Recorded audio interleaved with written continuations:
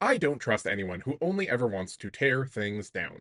Many, many moons ago, when I was younger and more naive, and I didn't appreciate that more often than not, people who want to be in charge of things are often the last people who should be in charge of anything. I started attending this hip, young, progressive church. Now, I'm not a Christian anymore, but back then, when I was still the best little gay chicken you'd ever met, a friend of mine who was also gay invited me, and he was like, yeah, they're not officially gay friendly, but everyone there knows I'm gay and nobody cares. And back then, that was really the best that you could hope for in most churches. Honestly, it's probably still the best that you could hope for if you want to attend a church. And the pastor there was probably one of the nicest, kindest, and most genuine people I've ever met. We'll call him Charlie. He was more than willing to welcome me. He even encouraged me to start contributing on one of the teams in the church. And people liked what I had to offer. There's a lot of things that I'm not good at, but there's a few things that I'm pretty good at. And generally, people have no idea how to do those things. Charlie is still one of the very few pastors I've ever worked under who I thought was truly exceptional. I told him that once and he gave me a smirk. And he asked, do you want to know why I'm such a good pastor? I was a little shocked. Normally, people who are good at stuff, especially ministry, tend to downplay what makes them special. So I said yes. He looked at me and laughed. And he said, my secret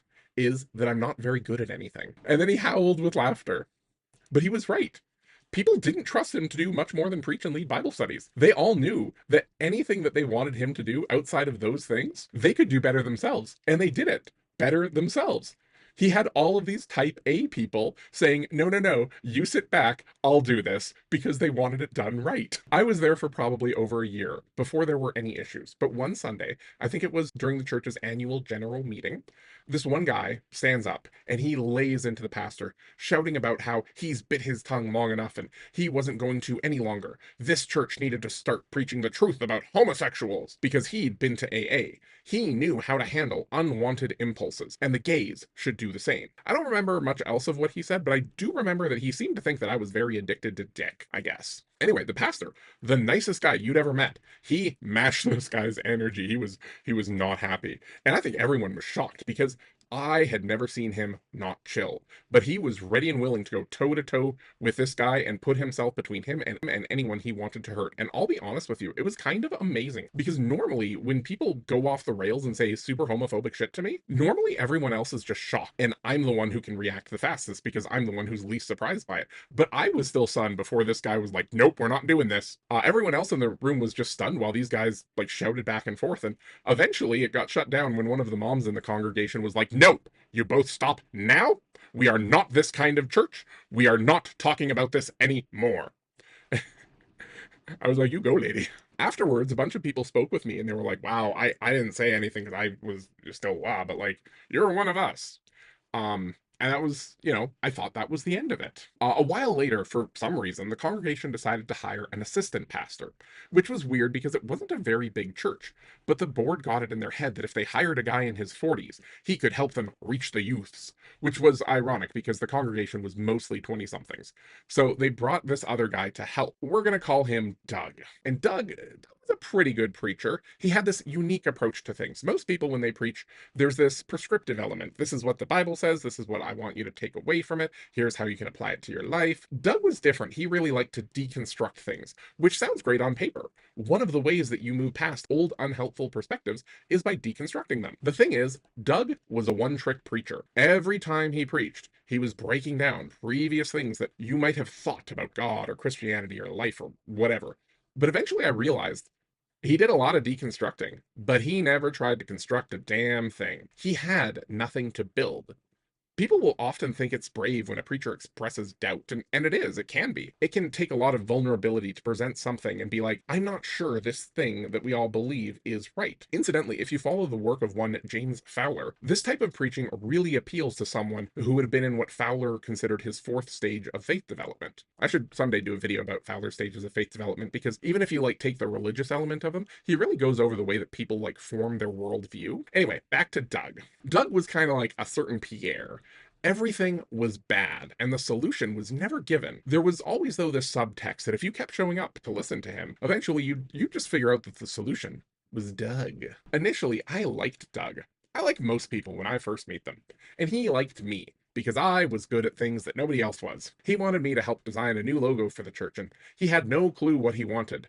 He knew that he didn't want any of the good ones that I designed. Eventually, he was happy with something that was way too complicated, but it had a really deep meaning, so he liked it. But whatever, he was the assistant pastor at a church that I saw myself as a part of, so I was willing to put up with his tedious crap. Then, eventually, something happened. One Sunday, someone from the board got up on the stage and said that Charlie had resigned, and Doug was going to be the only pastor going forward at the church. A lot of people were confused, but nobody was making a big deal of it, so everyone just kind of went along with it. A number of people reached out to Charlie, but he wasn't replying. Nobody knew what to think, so they just had to go with whatever Doug and the board said.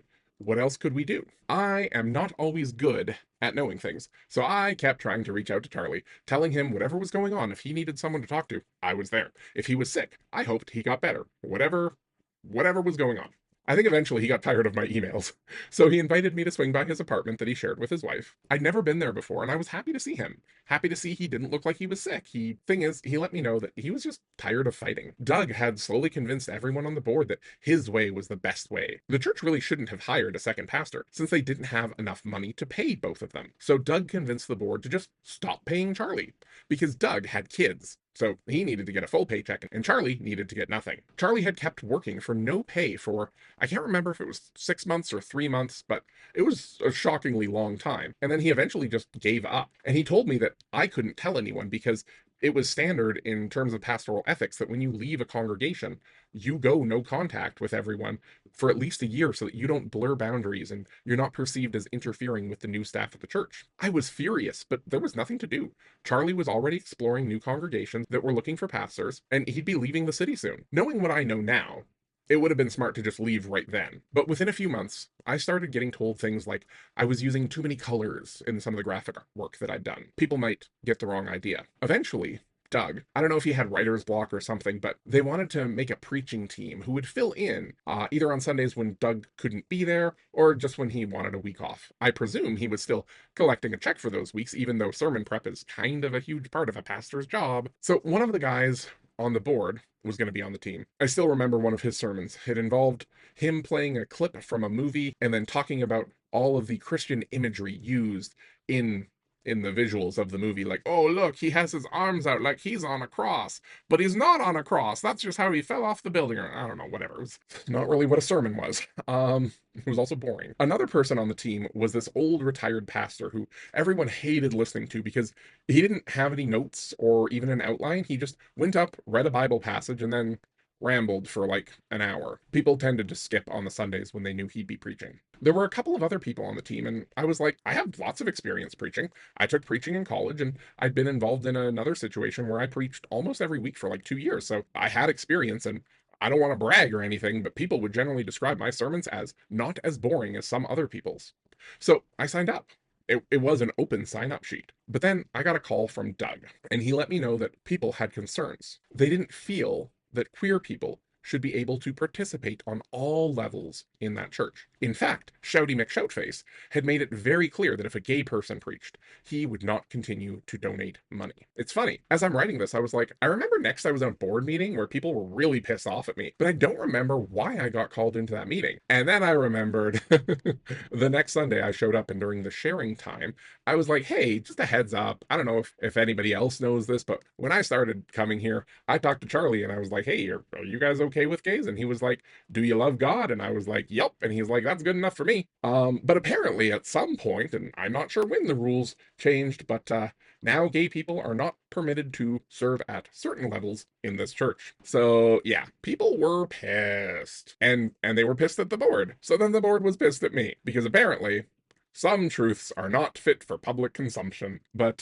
yeah, turned out that gays could give money and they could volunteer their skills, they could design logos, but mouthy gays weren't even allowed to do that. But yeah, that is my story about how I learned to be skeptical of people who only want to tear something down. Don't get me wrong, there's a lot of fucked up assumptions in life that need to be torn down. But for me, I try and make sure that if I'm telling you that something is wrong or needs to be stopped or whatever, I hope I'm generally making sure to give you an idea of what I believe should replace it.